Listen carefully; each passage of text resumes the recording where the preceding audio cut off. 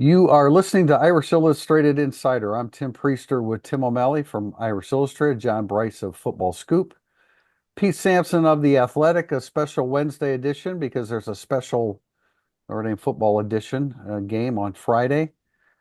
And it's the Fighting Irish that are still a 7.5 point favorite in this game. Lots of talk about alternate uniforms and Marcus Freeman wearing a black hooded sweatshirt during his teleconference with the media today. We'll talk about that in a little bit. But I think, we've talked about Notre Dame, Indiana a lot, and obviously we will even more in the second segment with questions. But Irish Illustrated, John Bryce and I did a instant analysis yesterday, talked extensively about the Pete Bevaqua gathering with the media yesterday. Pete Sampson, how would you like to chime in on anything that Bevaqua, well, I mean, just the impression of Bevaqua made, which I think was very, very positive.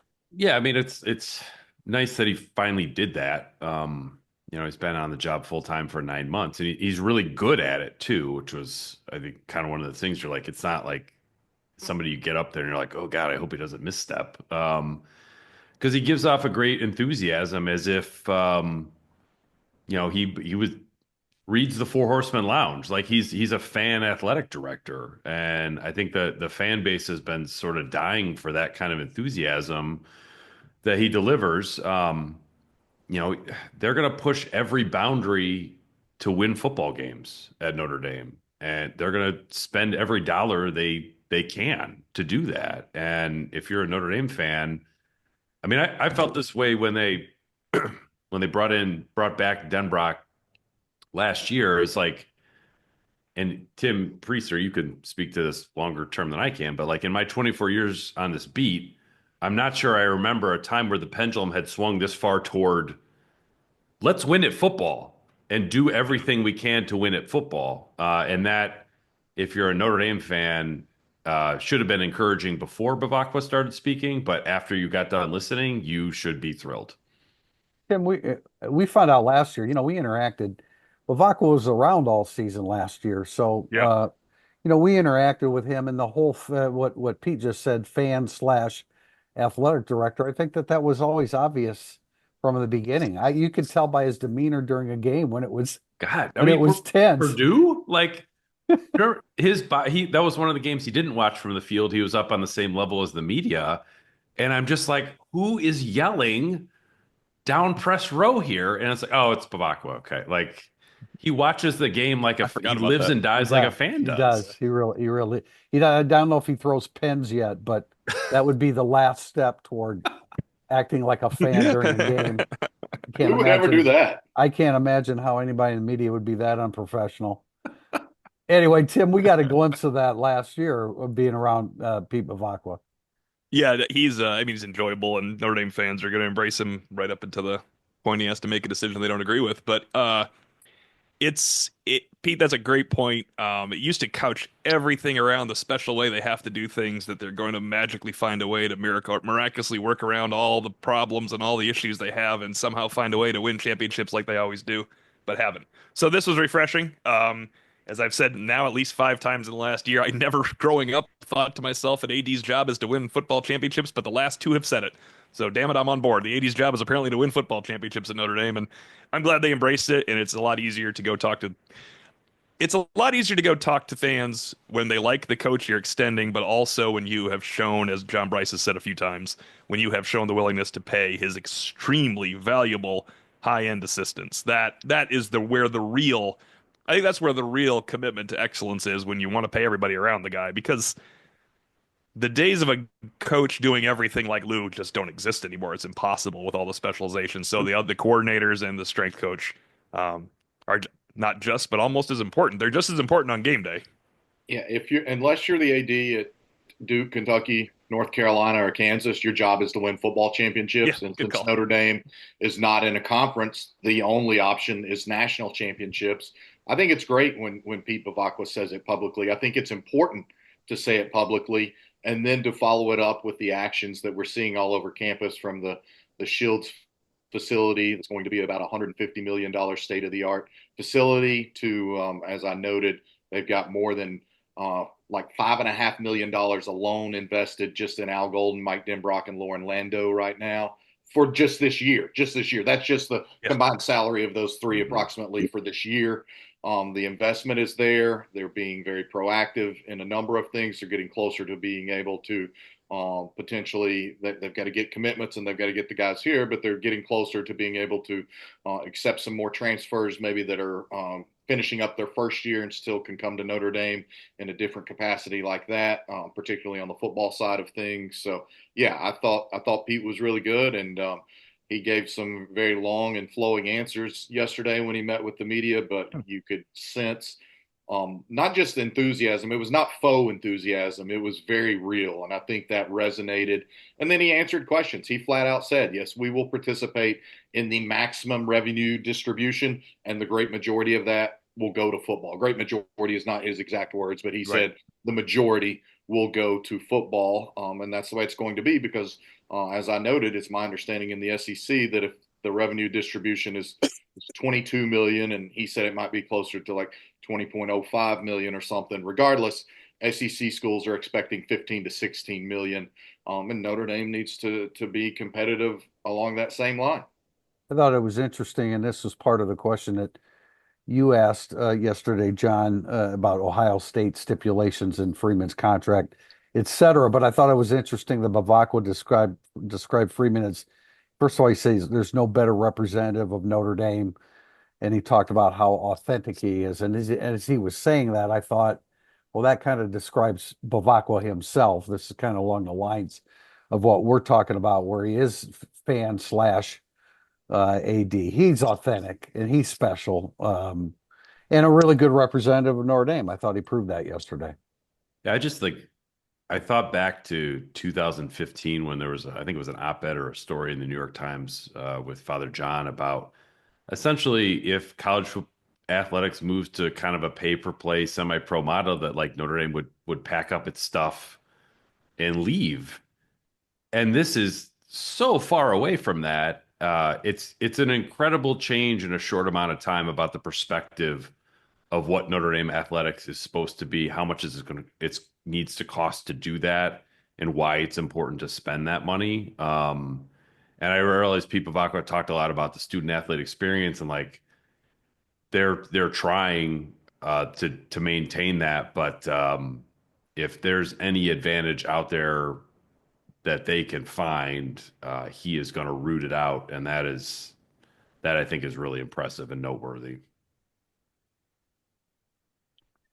Guys, anything else from Bevaqua yesterday? We'll move on to the matter at hand, and that is Notre Dame hosting Indiana on Friday night. I don't think the forecast, I didn't double check it today. I don't think it's really changed much than what we said on Monday. Low 20s for the game. I think maybe the wind, we're seeing a little bit. It was 10 to 20. Now they're saying 10 to 15, which would, everybody wants that. Everybody wants a less windy night. Actually, Notre Dame may, because we've talked about how Indiana would be compromised more than Notre Dame if the winds were extreme and Indiana wasn't able to throw the football as much as they want to. Although, ironically, I did a story this morning, and Curtis Rourke is number one in the country in pass efficiency. In terms of passes attempted, he's like 82nd on the list in the country. So they truly are a balanced. They It's a want good to way be to a stay up balanced. top in pass efficiency. Tim Priester is not throw too much. Well, that's true. And he only threw 287 times. I guess he missed a game and part of another in there, but still 287 is not a whole lot, averaging 9.9 yards per completion, which is that right? Or attempt? No, per attempt, which is really high. I mean, again, in the top five in the country. But yeah, I mean, I think the weather forecast is a little bit more conducive to playing a kind of, you know, uh, level playing ground kind of situation that you want for a playoff game. Wind is a bad one. It can be bad for fans because it brings, I don't mean watching the game. I mean like your memory of the game because you don't see a real product. Wind just kind of bothers football games. I think it'd be a lot of fun if Notre Dame's the first playoff game on campus in college football history has some snow and cold. That's great. It should snow. It should look good. Just keep the wind out of there and then let the teams operate as they can. You have the number one ranked pass efficiency defense, partly a product of who they played against the number one ranked passer in terms of pass efficiency, partly a product of who he played to. So let's go find out who has the better night tonight. It's not like Notre Dame's the only people that got their number one stat inflated because of who they Yeah. played. Remember, Notre Dame was number one last year too, and they played a whole different set of quarterbacks. So they've been number one for a while now. Not that Pete, anyone can't check the weather either via the app or online, but since TP brought it up, I've got the latest forecast for Friday night here, and it says sunset is 5:17 on Friday, so it'll be Yeah, it's plenty got nothing to dark do by with the time 34. Yeah. kickoff rolls around. Friday night is supposed to be 22 degrees, winds 10 to 15 miles an hour, so that's not horrible. Snow expected during the day, but not really expected at night. So there you go. I wanted to share this with Pete. He wasn't with us on Monday, but I think I said this during the podcast then. Let me talk about numbers being maybe a little bit out of whack. Indiana's been tremendous against the run this year. Of course, they have not faced a running game higher than Ohio State's number 59 in the country. Michigan's 69. The rest of the schedule, running game, 93rd or below. The rest of the schedule. And they didn't play Oregon and Penn State and Iowa, and Illinois had a great year. They didn't play them. They didn't play USC. They didn't play Wisconsin. Still a You're trying to physical tell me team. that Lorenzo White and Tommy Frazier are not walking through that door when they They're played not. Michigan? Lorenzo White. Like, They I are like that not. one. Pete That was a Sampson. good one. That's a childhood follow for you. Yes. That was yeah. the right? first college football game I ever attended was Michigan State, Illinois in like 1987 or something. There you So go, yeah, see? Lorenzo White. But yeah, I mean, I use run defense is interesting. Obviously, there's some byproduct of numbers there, but like I think they're number one in total rushing yards allowed by like 150 yards or something. Like I think they've given up 850, and the next highest is like a little bit over 1,000. So yeah, it's there's some funky stuff in there. I think it's safe to assume that they're a really good run defense, no matter who they played. I agree It's because kind of like of Notre the Dame's pass approach. defense. It's really good. Like it might not be the 85 Bears. Yeah, no, I agree. The approach, just the approach itself, which everybody has, confirmed that Um, it's very aggressive at the I line of was scrimmage. I was going to bring this up. I had heard this. This is from somebody who knows an Ohio State offensive lineman who asked him essentially like Indiana's defense, like are they good? They're great. What's the story? Said they do a lot of funky stuff. Really give you a high volume of looks, in part because they know they're not that talented, and felt that the difference of having 1 week to prepare for IU and having 2.5 weeks to prepare for IU is actually Right. pretty significant for Notre Dame, and that gave him confidence that Notre Dame would be able to move the ball.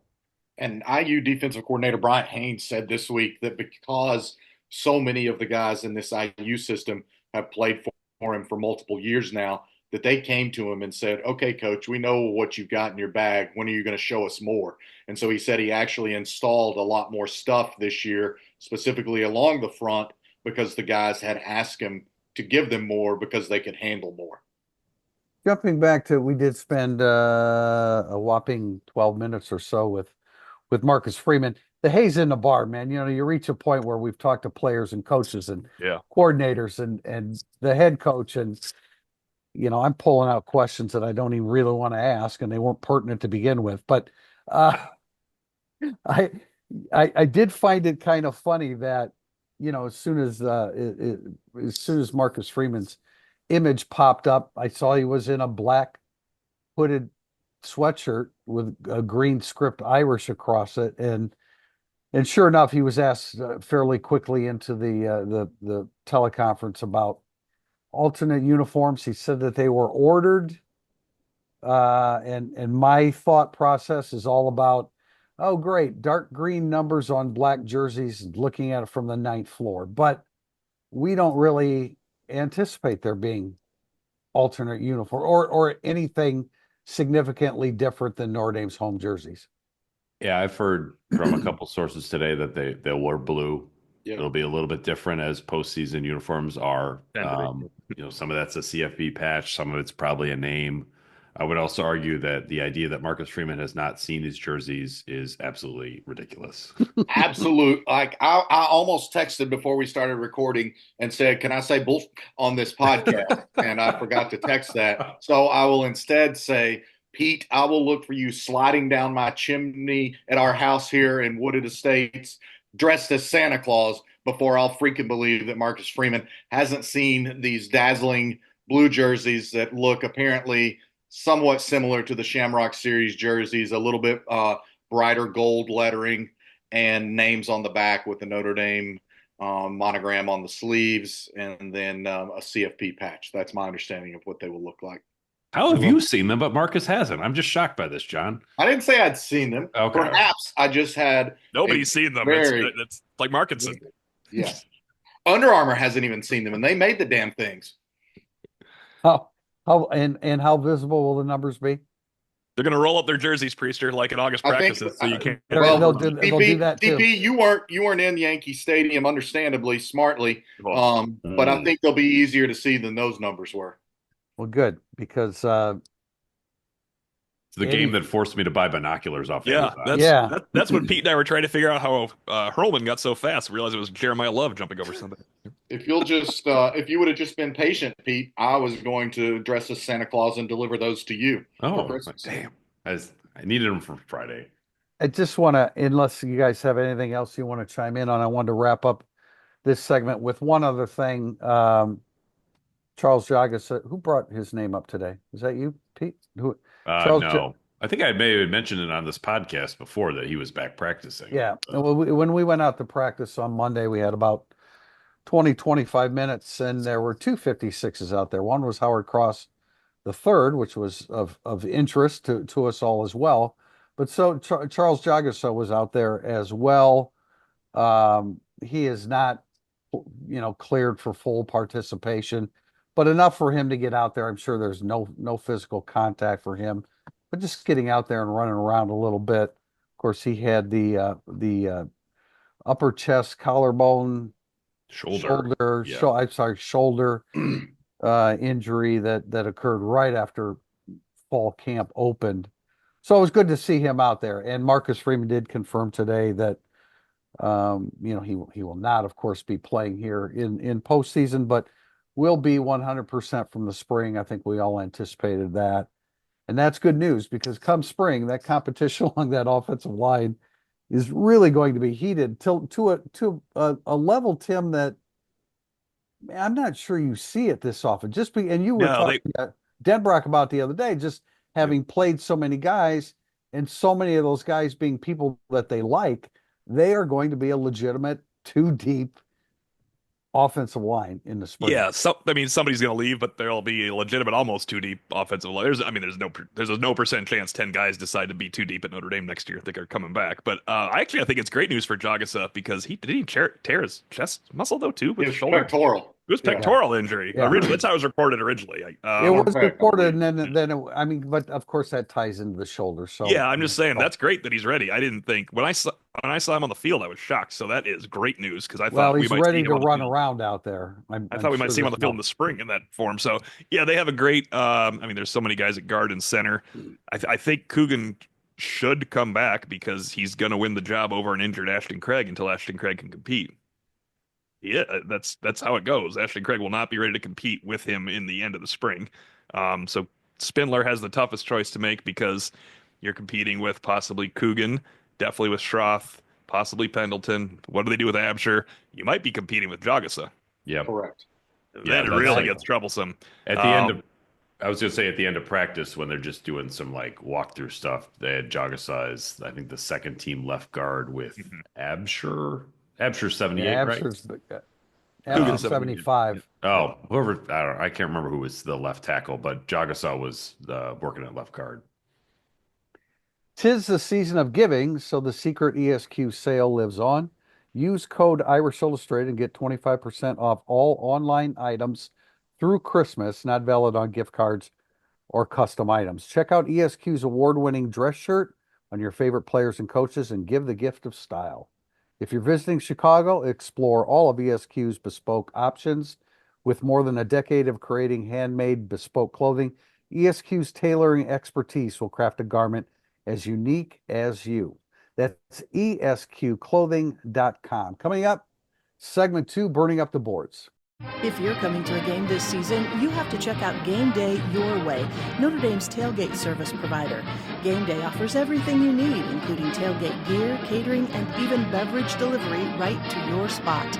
And their Irish Express transportation from Chicago allows you to tailgate while you travel to their all-inclusive party zone in South Bend. Let Game Day deal with all the hassle so you can focus on the fun. For tailgates, tickets, transportation, and more, visit GameDayYourWay.com. Welcome back to segment 2. We call it Burning Up the Boards. Our first question from Sully Patrick. Nick Saban recently emphasized that the college football playoff champion will likely be the most physical team, particularly in terms of dominance on the offensive and defensive lines. Wouldn't this suggest Notre Dame is well positioned Friday night and then to make a deep run in the CFP?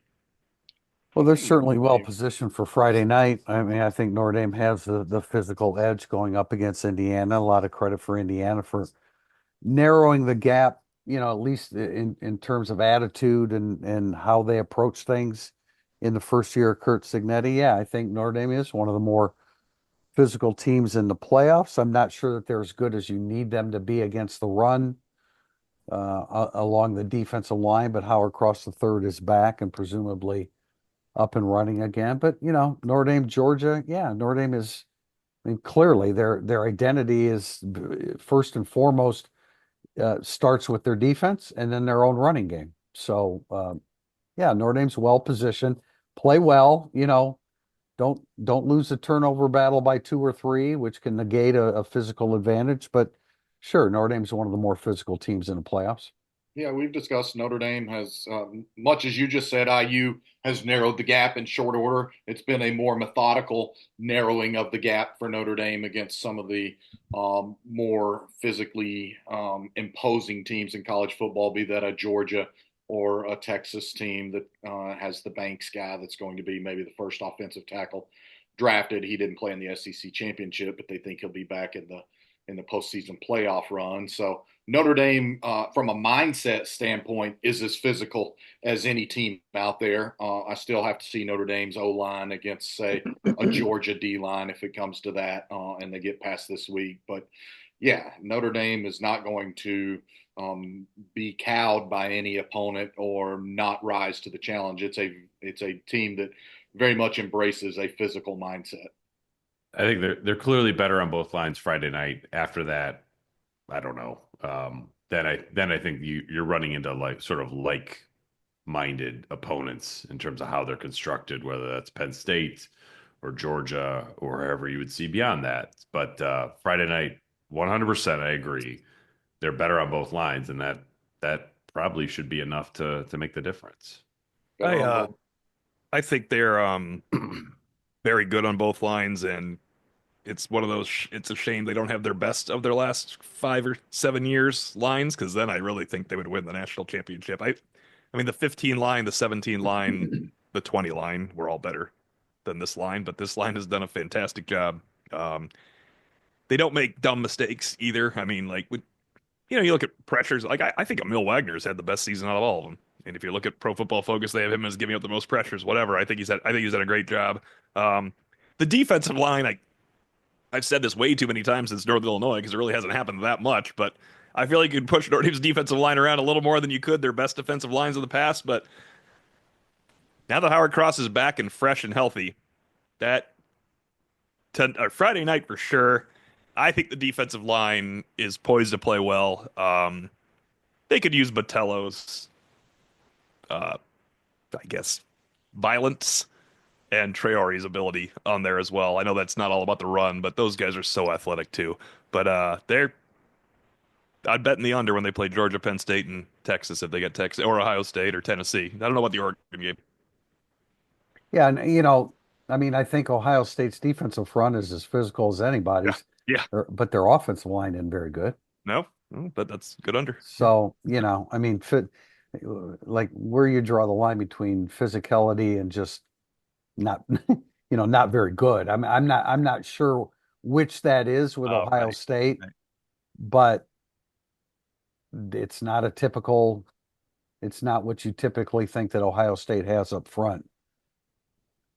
Do you guys remember? I think we've talked about this. Starting to watch 2020 film of Alabama. Then obviously it was Devontae Smith, the real Devontae Smith, and Well, go he to was not. wasn't he Devonta? And I think That's right. That's right. this is Go to Devontae. Najee Harris, you go to Mac Jones, and you're like, that's not the best part of this offense. That offensive line Oh God, yeah.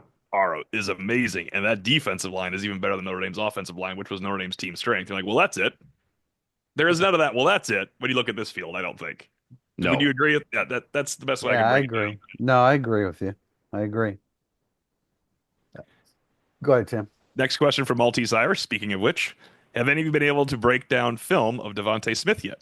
And I do not mean from against Clarence Lewis in the first half of the 2020 national championship. Now So, we're talking about the nickel slash defensive back from Alabama. Was revealed recently within the last couple days that he would be coming to Notre Dame. If you go to irishillustrated.com, you'll see some film of Devontae Smith. Of course, it's a handful of highlights, and he looks really good in a highlight film. But size. I mean, he's put together.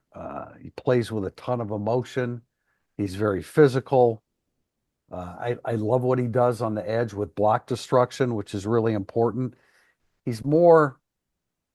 He's probably more in the box safety than he is a guy that's going to be chasing guys all around the field in pass coverage. But I felt like even in that, he's looked, pretty sudden. The edge support, I think, is really, really impressive. And he's just, he's kind of a trash talking, aggressive, a guy that kind of, that really loves to play football. You can just tell by the way he moves around the field. Now, I haven't seen any of his bad plays, and so we'll get to those and evaluate them. But first blush, a pretty strong, aggressive player to add to the defensive side of the ball.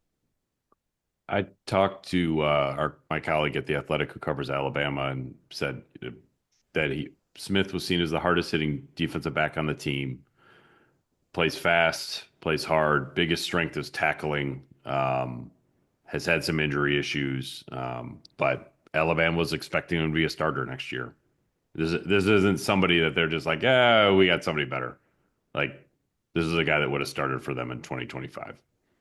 And this is a guy that both Marcus Freeman and Chad Bowden had pre-existing relationship with from him being a Cincinnati native, I believe, from LaSalle High School. So don't overlook that component in this. There was already a belief in Freeman and Bowden and their system, and that assisted Notre Dame very much in this process. He is an edge setter, man. I mean, he is a physical presence on the edge. I don't know, I mean, he attacks block destructions the same way he attacks a guy with the football in his hands. He's physical, strong, and quick in pretty much everything that he does, every aspect of playing that position. our next question, this goes along the lines of what JB has been saying a little bit about USC. J New wonders who on IU would start or heavily rotate for Notre Dame. Oh, Kamara, that's one. Yes. There's no doubt about that. He would have started even pre-injury, for Notre Dame.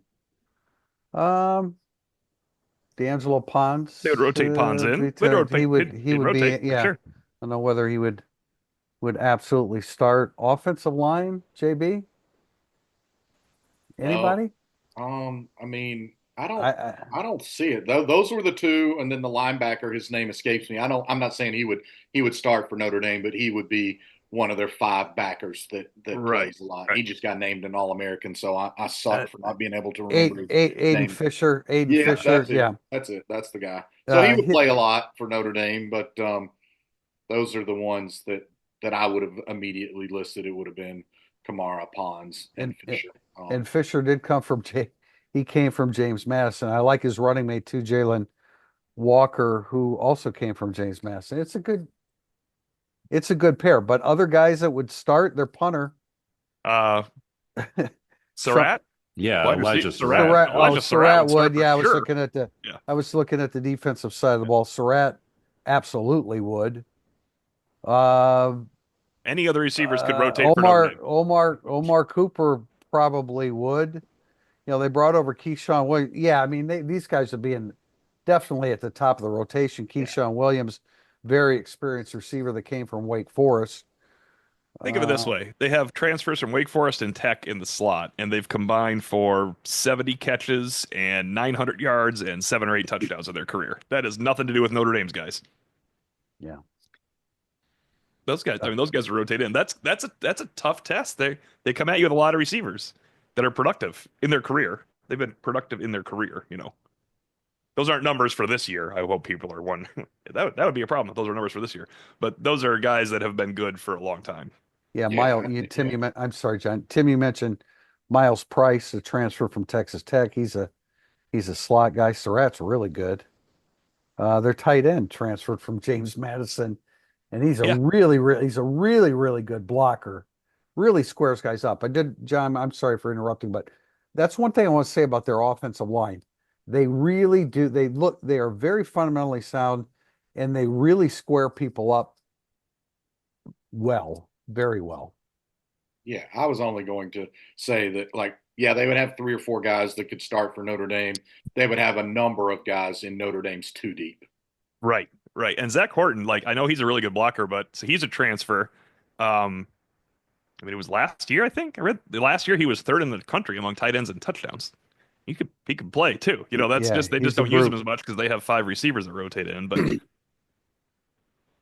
there's Uh, there's plenty of rotation in the IU getting into Notre Dame's team because there's so many fifth year guys. There's so many guys that could help you that can help yeah. many teams play. I mean, I know Notre Dame, you like your starting interior defensive guys, but I think CJ West and James Carpenter are guys that would get snaps at Notre Dame from what I've seen. So we shall see. But, I like the question is asked like, oh, who's IU? How many guys would start for Notre Dame? It's pertinent, but it's also 11 on 11, 22 on 22. And just because they wouldn't dominate Notre Dame's starting offensive line doesn't mean that they're not good. I'm not saying that that's what Jay New is saying there, but they got players. They got players. I don't see any reason to, especially now that we're within 48 hours, to diminish what Indiana has done and what they've accomplished. I don't think he's diminishing. I think because No, I Bryce don't talked think. about USC that there were some guys all of a sudden that start for Notre Dame when you watch that game play. You're like, ooh, all right, he's right. There's plenty of dudes right there. Yeah. Not so much anymore for USC. Yeah. If Wow. you've seen the transfer portal. Holy smokes. Next from JMac99, Curtis Rourke has struggled against pressure this season. Do you believe ND's defensive line can get pressure on its own, or will Al Golden have to dial up some blitzes? Go ahead, guys. I was looking at Rourke's numbers against pressure. I didn't think that they were alarmingly bad. So certainly it's a lot better than Riley Leonard as a passer against pressure. But I think it just falls into like what quarterback's good under pressure. Nobody. Yeah, there's not many. But I don't think there's anything about Rourke. There's like, ooh, he's especially susceptible here. I mean, I think Indiana's maybe Pete, lost not two mobile. starters. They've Not lost mobile, two Pete, starters. could be part of it. Would you think, Pete? Maybe not mobile is part of the reason that's Yeah. asked? Yeah, I mean, that could be part of it. IU's lost, I think, 2 starters on their offensive line throughout the course of this season. Drew Evans, their best. Yeah, so it was both guards. I would think that I would not want to go against Notre Dame with backup guards. Like, it'd be the last thing I would want to do with Cross and Mills there. So yeah, I don't think it's necessarily rushing 4 to get pressure. I think Notre Dame could probably rush 2 and get pressure as long as the 2 are Mills and Cross.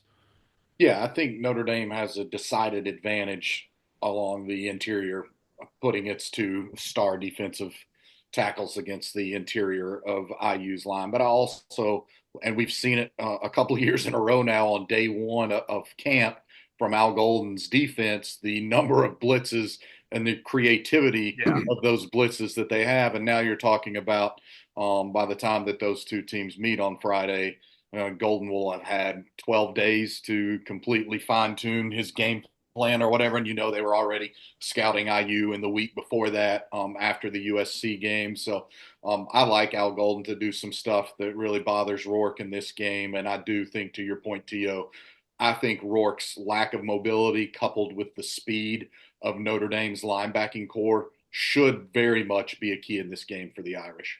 It's I was weird. just going to add, like Rourke when blitzed, this is PFF, 81 of 110, so 73.6% completion percentage, 11 touchdowns, one pick. Now I get it. Being blitzed by Indiana State and being blitzed by Notre Dame are two different things. But I just say that like if Golden can't make the picture cloudy for Rourke, I think we'll have some success. However, Golden makes the picture cloudy for almost everybody. Yeah, I expect a ton of blitzes. That's I what do he too. does. I do And too. I think they'll need to do it many times to get pressure on him.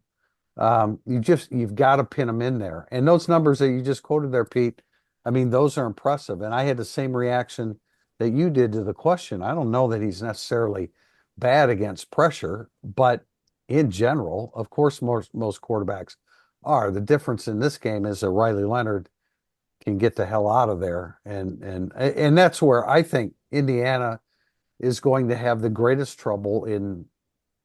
I mean, if there's 100-yard, I shouldn't say that. I don't mean that, but I mean, I think that Leonard can have a big rushing game against Indiana. And one thing I would just like to add real quickly is like maybe the most similar comp to the Notre Dame defense is Michigan, and I know some people want to make the comp to Ohio State, and I get it. But against Michigan, Rourke was 17 to 28 for right at 200 yards with a couple of touchdowns and a pick, and IU struggled mightily on offense in that game. And if I'm not mistaken, Michigan had a chance in the fourth quarter to take the lead. They did. Yeah. So, look, Notre Dame has to go out and perform well, but against the better defenses this year, Rourke has been just very fine. Next question is Terry Benedict. Any insight on Jay Love's leg? How do you see the carry split between the threesome? You know, we were out at practice on Monday, and you hate to read too much into what essentially was 25 minutes of some stretching and some individual stuff. Are you about to read too much into this, Tim Priester? Yeah, I was am. going to say I no, am, no but- offense, but Right, but I didn't think that he looked very good. I mean, we were out there to watch him, Yeah.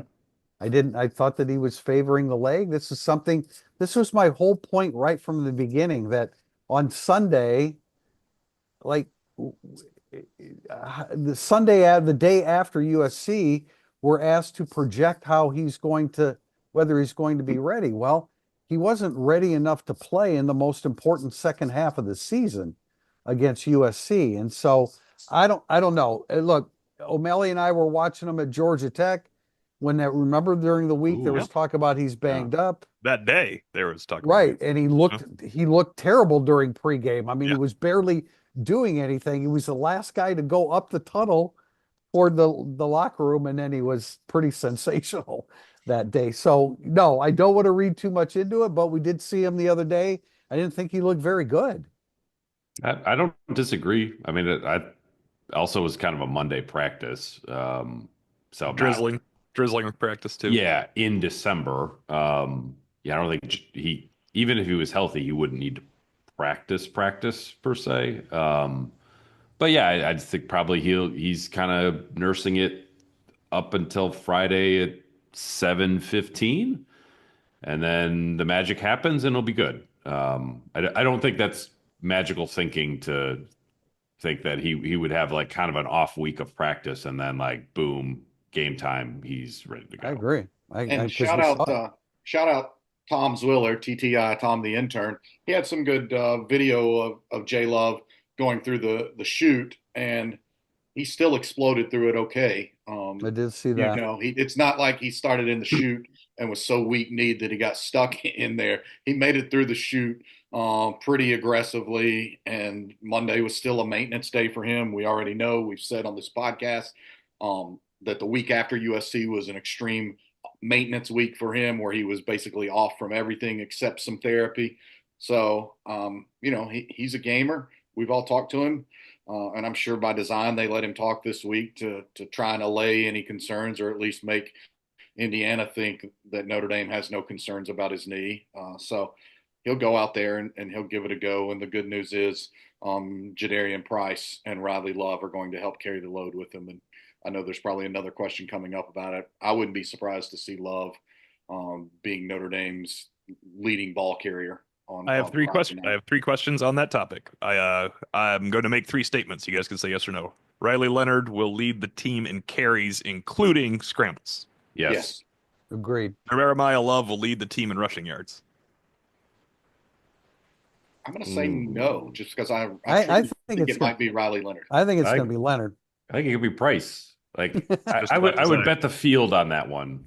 Yes, field too. And also the three will combine for 40 carries, assuming it's a regular amount of game played. Oh yeah. You know, Yes. Okay, the last thing on Curtis Rourke, and I apologize to all of our listeners that I didn't have this stat handy coming into the podcast. Against Michigan and Ohio State combined, he was 25 for 46 for 274 yards, 2 touchdowns, 1 pick, and worth noting he was only 8 of 18 for 68 yards against Ohio State, and that was a cold, kind of miserable, blustery day. Drecker Recker has a question. What are your predictions for the other first round games Saturday? Everyone seems to think chalk will hold, but who would be your upset pick if you had to make one?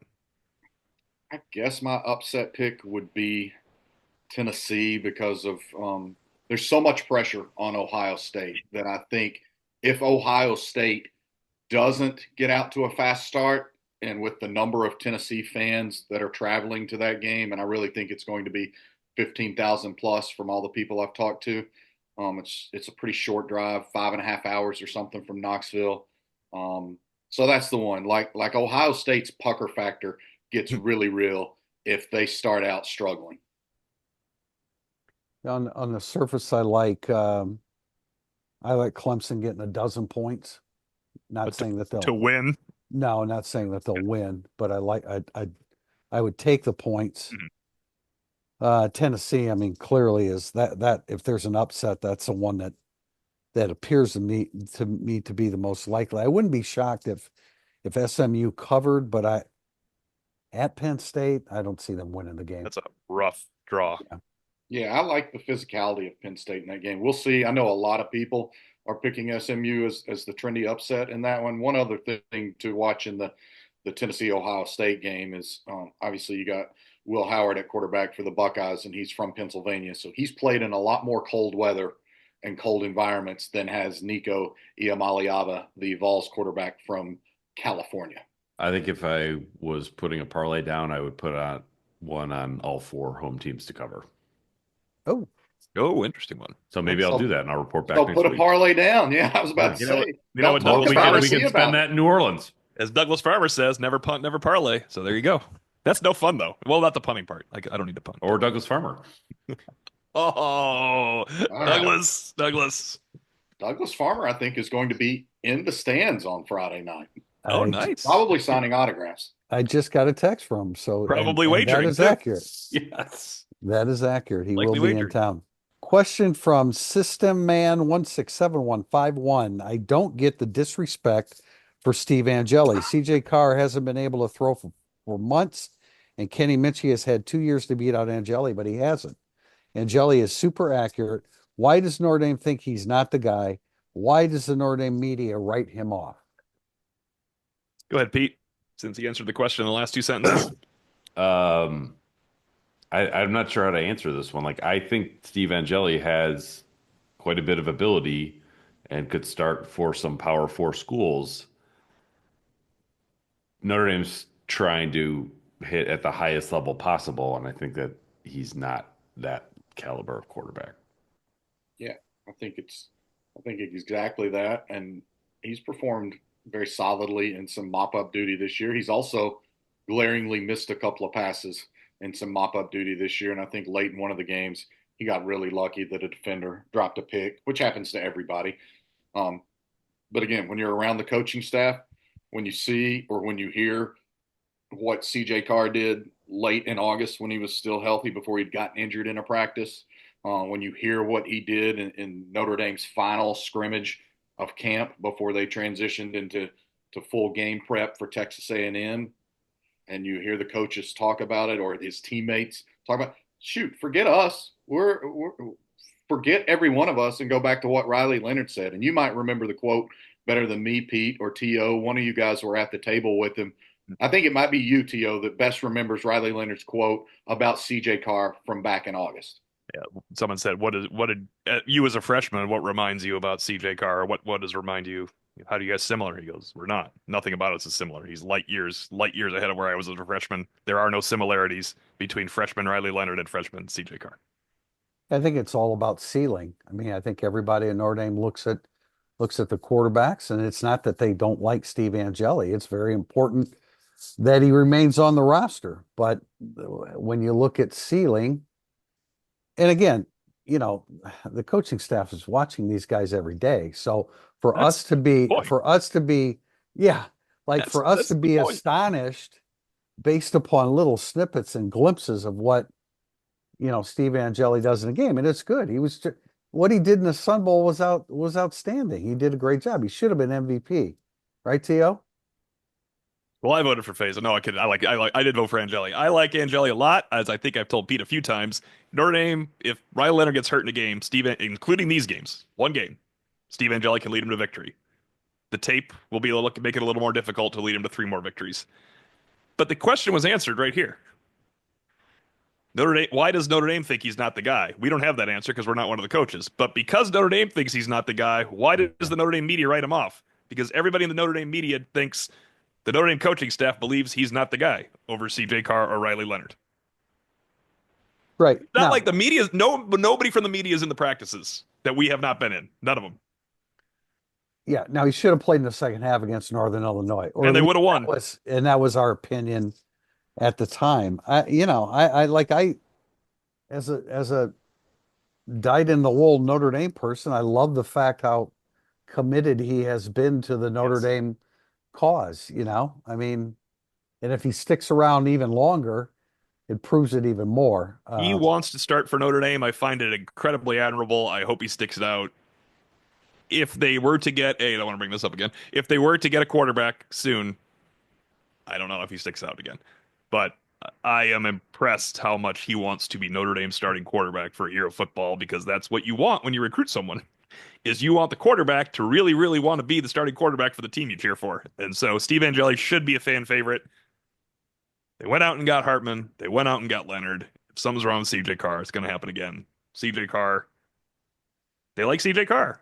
Isn't it okay to like CJ Carr? He's your freshman quarterback they recruited. Why is it bad to like him now if you're a Notre Dame fan? Question from G. Go ahead, John.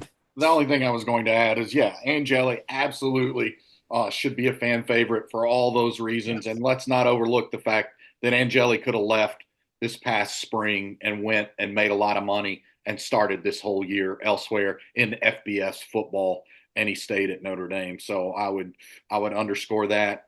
I don't think you could put a price tag on getting Angeli to come back next year, even if he knows that CJ Carr is going to beat him out. If CJ Carr is healthy, I'm just saying, like, in an ideal scenario, and you're Notre Dame, he's worth a significant investment from your NIL salary pool to try and keep him on your roster. But I think the ceiling there is the difference. So if you're Notre Dame, do you believe your ceiling is 8 or 9 wins? Or if you're Notre Dame, do you believe your ceiling should be 10 or 11 wins and a playoff berth? Question from GWeave5. When was the last time you guys were this excited to cover a Notre Dame game? Well, for me, it's not the 2018 semifinal, because I was much sicker then than I am now. So not that game. Not at all. It'd be the 2012 game. Nothing will beat how that felt. That was the national championship game. And that atmosphere, we will have no apples to apples comparison of the atmosphere on the field that day, because we cannot be down on the field at Notre Dame Stadium for this game. But being down on the field before that Notre Dame Alabama game, there's no such thing as most unique or very unique. This one somehow qualifies for the most unique situation. I cannot believe the atmosphere for that game. I was really excited to cover the whole game until there was, as Brian Hamilton said, blood everywhere. Ohio State last year. I mean, that was an awesome environment. Game was incredible. I was excited to cover that going into it. Sort of lived up to that high. I think that was sort of viewed as like this would be the biggest home win since. I mean, Bevaqua referenced '93 Florida State, which I was like, hold on, buddy. But Too early in the year for that, too. Yeah, I was like, hey, but I think that this one, in terms of the home games that I've covered, USC in '05, Ohio State last year, probably Friday night against Indiana. Probably would have been Clemson 2020 with the real situation. Yes. Yeah. Yeah. Even that was, I mean, because it took place under the circumstances No, of that whole the thing was. COVID year. Yeah. This is my 492nd game. It's kind of hard for me to rank them. That was 500. Yeah, you've already been honored. What the hell? Yeah, it's like you and Jack Kaiser. Like, get your numbers straight, guys. Oh my God, that's right. We both had the same situation. I was mistakenly cited for having attended my 500th game, but it was a mistake. That hope, knock on wood, that happens next year. But I mean, I was geeked for Texas A&M. Oh, I'm way more excited for this one. This is a playoff game, man. This is not even close for me. I'm just saying I it know. was at A&M to open the season, and I don't know. It's kind of hard for, like, I often see people debating that this game was louder than that game. I find it hard to believe that how loud one was compared to the one that you were at 7 years ago. But I mean, what's at stake here is massive, and it goes back to the question about Notre Dame's physicality and being able to handle this and make progress in the playoffs. I mean, it is so different and unique that, obviously I mean, I guess I'll just speak for myself. I can't wait till the game is played on Friday night. Yeah, I've been far more fortunate than I deserve to have covered games in every single SEC stadium. Well, not Texas, but the SEC before this year. I have covered games at Oklahoma, and I've covered games at the original Cotton Bowl, the original Orange Bowl, and the Rose Bowl, and now the Coliseum, thanks to you guys last month. This is history. So this is not only the most excited I've been to cover any Notre Dame game, but it's my most excitement for any game I've covered in a really long time, because of the history, because it's a college football playoff game. I mean, for me personally, and I put it up there with my opportunities to cover games in the Rose Bowl, the Cotton Bowl, and the Orange Bowl because of the history here, because it's Notre Dame, one of the most iconic brands in all of college football, hosting the first ever on-campus playoff game, which we'd indicated for weeks was the expectation. Final question. Not Jay Tefell. It's not Jay Tefell 1. Never noticed that. Not Jay Tefell 1. Simple question. Looking at the entire 12-team playoff field, why not us?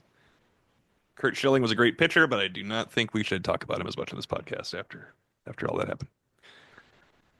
I mean, does he want us to pick apart why not us, or is this a rhetorical question like my one to Al Golden that was actually? I think you should pick it apart just for that, so people are really happy. Yeah, I mean, think if it's not rhetorical, why not us? The Botello Troy absences. That's number one. And then Ben Morrison.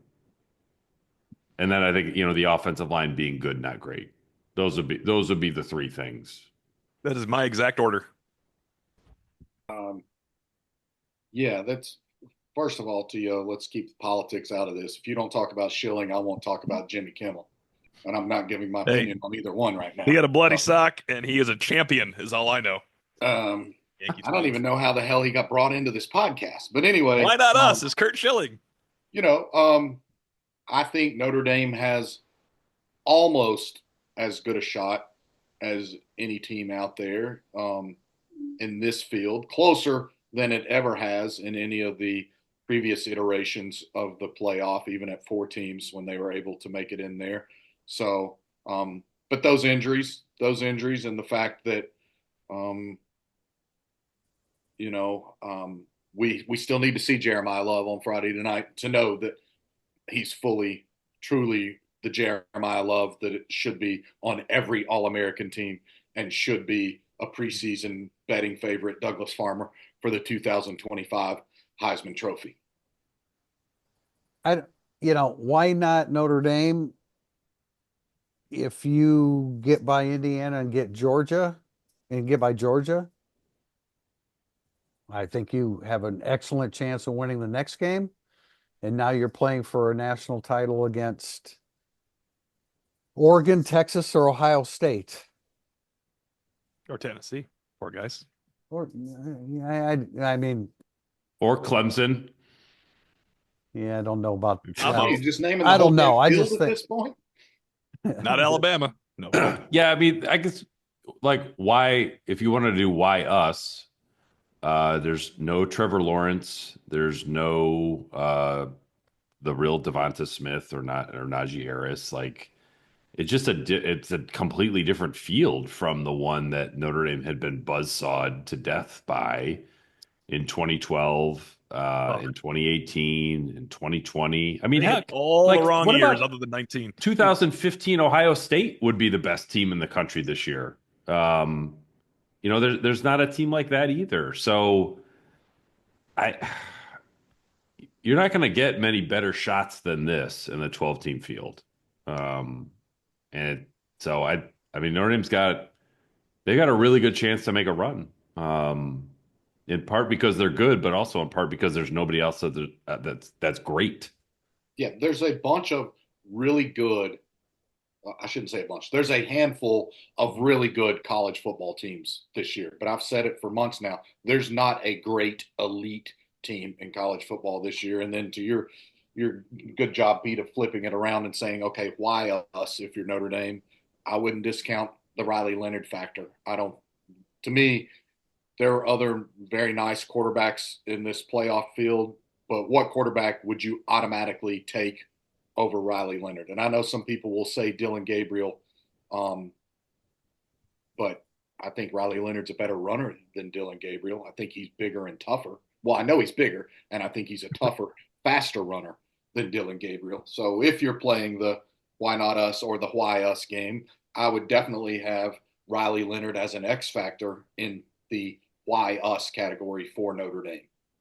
I was going to go kind of clinical on those lines. Like, you're favored in your first two games right now. Notre Dame is favored over Georgia when the first line dropped, and Georgia is playing with its backup quarterback. And then if all goes to chalk, it's the team you've been begging to play all year, Penn State. On this podcast, on our message board, and every Notre Dame fan in the world said, why is Penn State ahead of us? That's the team you play in the Final Four? You kidding?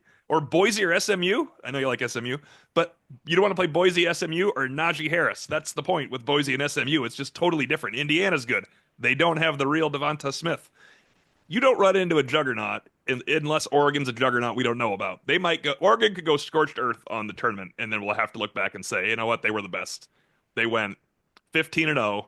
They leveled Ohio State. They leveled Texas. They leveled Notre Dame. Then you would say they were a great team as opposed to just a good team. But there's no great until the end. I think Oregon's probably the fastest team. Yeah, the offense is tough. That's a tough offense. And look, I mean, to be fair, like Notre Dame is 0-10 in its last 10 major bowl games. They've lost by an average of 18.5 points in those games. And this does count, by the way. People have asked, it does count. I personally, it doesn't for me because it's at Notre Dame Stadium. But just like those games are tough to win. Notre Dame struggled to win them. But I don't think they would run into a team that, I think they'd be running into more like teams like Oklahoma State from a couple years ago. Predictions, fellas. Predictions. I mean, I like On Notre Dame Wednesday? because they're better on both lines. So I was kind of trying to get to a score that I think is doable that doesn't involve a field goal being made by Notre Dame. Yeah. So I went 21-13. I think the weather will have some impact. I think Cross and Mills will have a bigger impact. I struggled with like what's more indicative of these teams. Is it Notre Dame's defensive performance against USC, or is it Indiana's offensive performance against Ohio State? I kind of came down on the latter of those two things being kind of more foretelling of Friday night. So low scoring game. I guess technically it's a cover. So my parlay is already ruined. But I'll go Notre Dame 21-13 over Indiana. Wait, I thought the line was 7.5, so that would be Okay, then I'm in. You're in. Yeah. It is 7.5 right now. Yes. All right, let me go bet this while you guys make your predictions. Okay. I think that I've got Notre Dame. I've got Notre Dame covering, and I've got Notre Dame making a field goal for all you haters. So The return of Money Mitch will be Friday night in Notre Dame Stadium. Will that be a 32-yard field goal? I don't know, but he's going to make a field goal at some point. If you're going to say why not us, then why not Friday night? If Pete doesn't count this as a major bowl win, the 32-yard field goal does not allow you to call him Money Mitch yet. That is definitely true. There Yes. is no, Satan, yes. you get out. I am not going to pick a field goal kicked.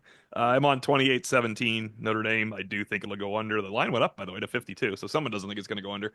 But I think Notre Dame's defense is much. I still can't believe I didn't think about the Army to USC transition with the Notre Dame game that Al Golden talked about. I don't think Al Golden BS's anybody when he says those things. He doesn't need an excuse. 14 days later, he must have been saying something he really felt was true. I think Notre Dame defense is one of the couple best in the country. Doesn't mean it's an all-time great defense. It's one of the couple best in the country, and they'll handle Indiana. And as Pete said, Riley Mills and Howard Cross should have a day. They've been trending. Riley Mills has been trending. Howard Cross should be healthy. That should be that's an MVP level. Where's the defensive MVP? You might end up saying Cross and Mills. Well, we'll have the full preview of everybody's predictions at Irish Illustrated on Thursday. I'll have the full preview. I do like a lower scoring game. And that's all I'll say about that for now, but it's kind And of Xavier Watts. Everybody agrees. Pick to click. Xavier Watts getting a second team All-American for my Football Writers Association. I did vote for him first team. I have proof. Xavier Watts, make it a pick. He's too good. I think I think it will be a very tight game, and then Xavier Watts' pick in the early fourth quarter will kind of let Notre Dame take control of it.